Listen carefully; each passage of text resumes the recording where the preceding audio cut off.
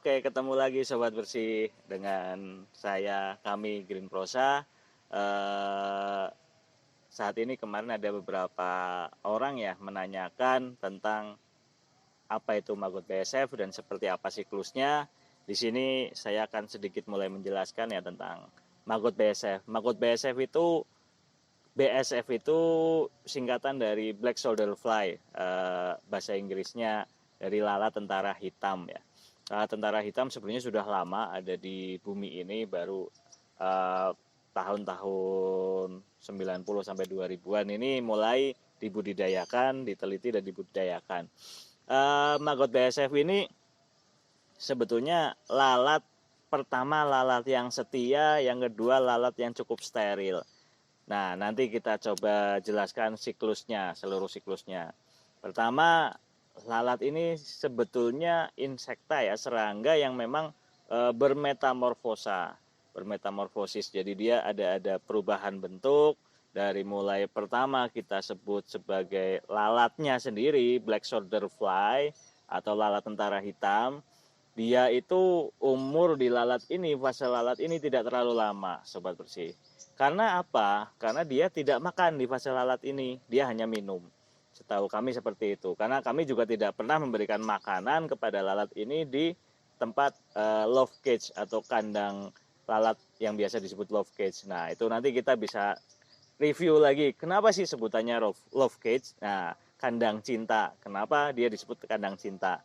Nah, di situ tempat lalat kami membudidayakan lalat BSF.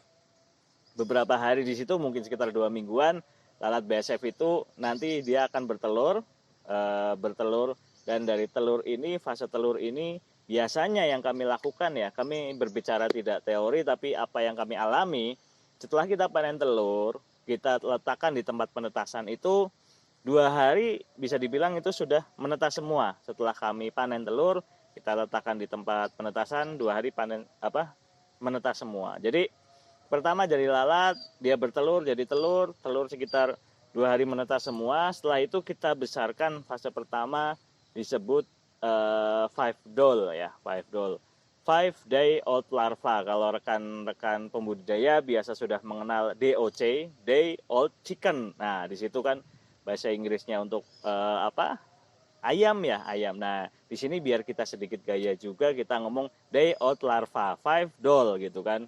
Doll. Jadi L-nya nggak double ya, 1 doll gitu. Jadi bukan boneka tapi larva gitu. Setelah 5 hari dan memastikan ada beberapa hal yang kita harus pastikan dalam dalam penetasan ini, karena di sini Green Prosa itu menggunakan larva untuk mengelola sampah organik. Jadi ada beberapa hal kita memastikan kesehatannya, kita memastikan ukurannya dan segala macam. Nanti kita akan bahas di video yang lain. Artinya di situ 5 hari kita dalam fase baby larva atau 5 day old larva.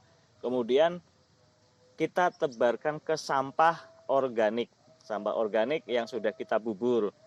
Nah, di situ di tempat yang biasa disebut sebagai biopon ya, biopon tempat kami menghabiskan sampah organik dan membesarkan larva kami dan menghasilkan pupuk organik.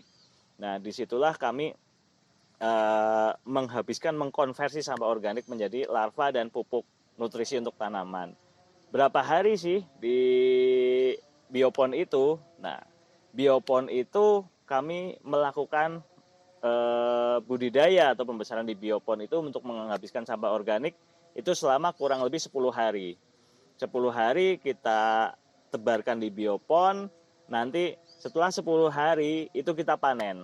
Nah, dalam fase larva dewasa. Larva dewasa sudah besar-besar gitu.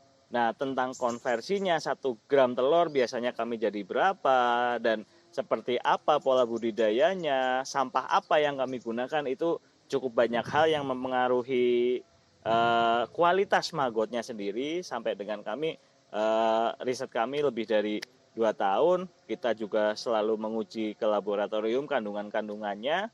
Dan nanti lebih lanjutnya kami akan usahakan untuk membuat video yang lebih lanjut untuk masalah pembesaran. Oke, fase selanjutnya setelah pembesaran, setelah larva dewasa kita panen. Nah, setelah larva biasa kita panen, kemudian ada yang harus kita sisihkan nih.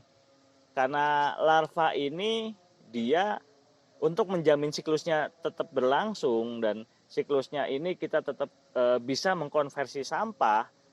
Nah, kita harus menyisihkan sebagian dari larva ini untuk indukan.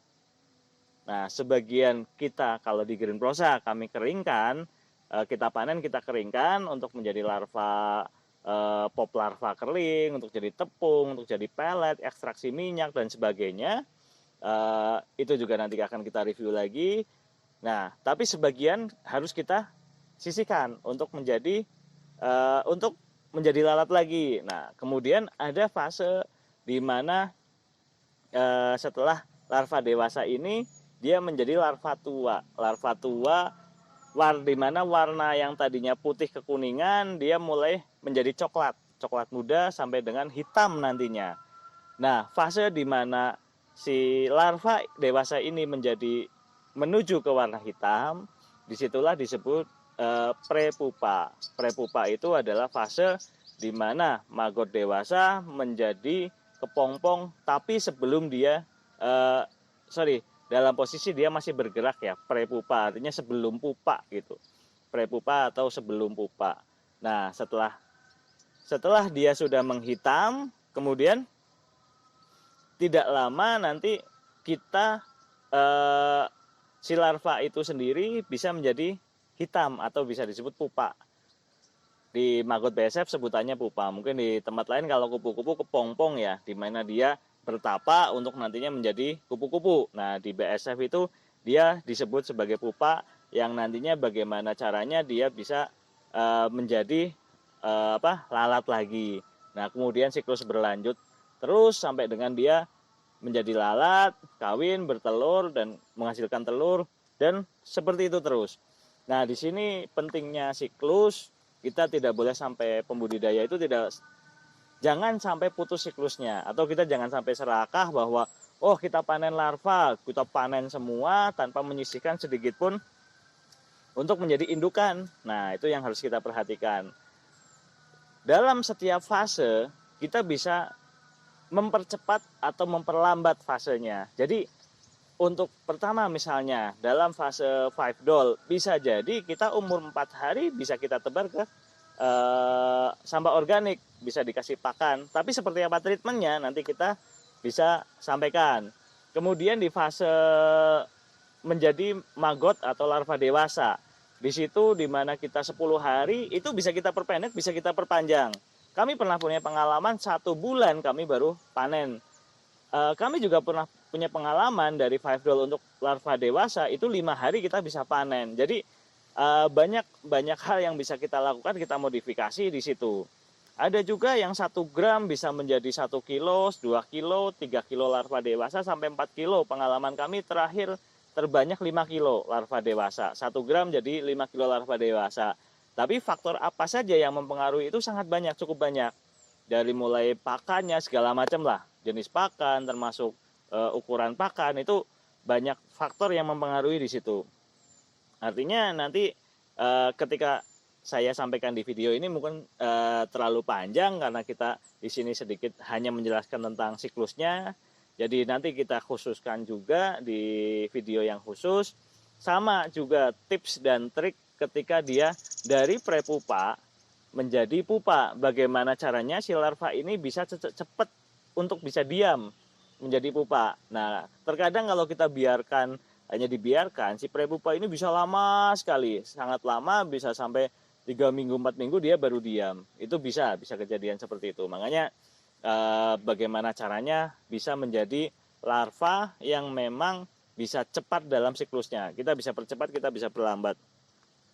Selain itu, yang harus diperhatikan juga bagaimana caranya biar indukan larva ini bisa menghasilkan telur yang banyak. Itu juga pembahasannya cukup panjang. Artinya intinya di sini kami sampaikan bahwa jangan sampai rekan-rekan pembudidaya larva atau pejuang-pejuang pengelola sampah organik ini putus siklus di larva BSF gitu. Dari pertama jadi lalat, kemudian dia bertelur jadi telur, kemudian jadi 5 doll, 5 day, 5 hari umur larva, larva dewasa, prepupa, menjadi pupa, kemudian menjadi lalat, dan kembali lagi jadi telur. Lalu, dari mana sih kalau rekan-rekan Sobat Bersih akan memulai budidaya, saran kami terbaik itu dari mulai penetasan telur.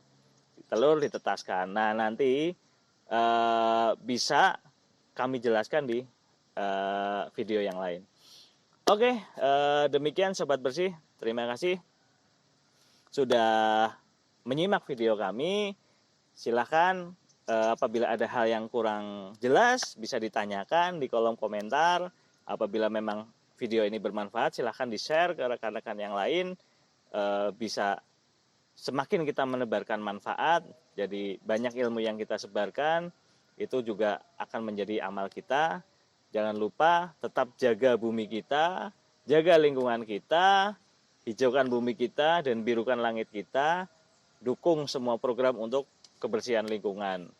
Salam bersih, salam sehat, dan salam untuk semua pengelola sampah yang pastinya teman-teman ini adalah pejuang untuk manusia, untuk alam, dan untuk semua ekosistem yang ada. Oke, cukup sekian. Terima kasih. Salam bersih.